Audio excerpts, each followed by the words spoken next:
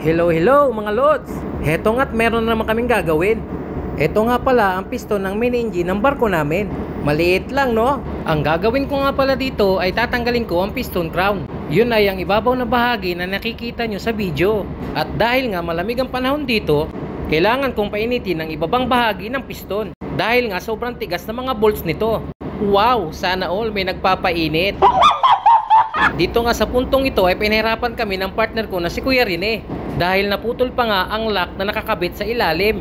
At para magtuloy-tuloy ang trabaho namin, kinailangan kong gumawa ng panibagong lock ng mabilisan. Ito nga pala yung bagong ginawa kong lock. Oh, mainit-init pa. Sing init ng pagmamahal ko sa iyo. Pagkatapos painitin ay papalamigin din pala. Oh, ayan, konting kiskis na lang at pwede nang ikabit. Oh, eto na, mainit-init pa. Tara, ikabit na natin. Ito nga pala yung naputol kanina. Tapos ito naman yung bagong gawa ko. Mabilisan nga lang yan kaya medyo pangit ang itsura. At dahil naikabit na, okay na. Pwede na ulit magsimula. Kailangan ng konting pagtsatsaga, pagpapawis, higpit, luwag, hanggang sa matapos lahat ng mga bolts na to. Hay, sa wakas natapos din ang pagtatanggal ng mga bolts. Tara, iangat na natin ang ulo ng piston. Ang tawag nga pala dito ay piston crown. At ito naman ang spray nozzle na nagbibigay ng cooling sa piston crown. At sa puntong ito, tinanggal ko ng spray nozzle at ang piston skirt para malinisan ng maayos at mapalitan ng mga o-ring.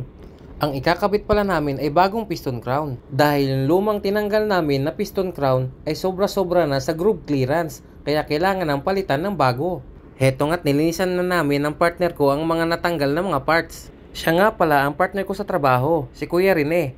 Kung isipin nyo, 59 years old na yan, pa 60 years old na, pero mas malakas pa sa kalabaw kung magtrabaho. Minsan nga't napapaisip pa ako kung aabot ba ang edad ko sa kagaya ni Kuya Rene, na halos 3 dekada na nagbabarko.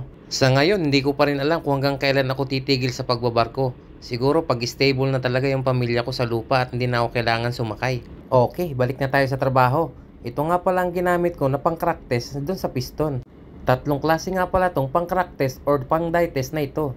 Kaya huwag kayong malilito. Meron naman itong mga instruction sa bawat bote sa likod.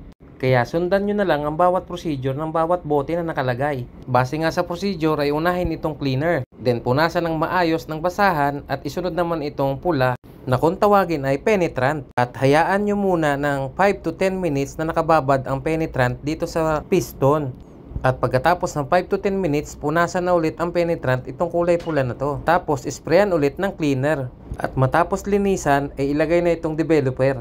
Pero kailangan yung i-shake ng maayos para maganda ang pagkakalapat. At matapos nyo ang sprayan ng developer, hintayin nyo at tingnan nyo kung may magmamarka na guhit o parang crack.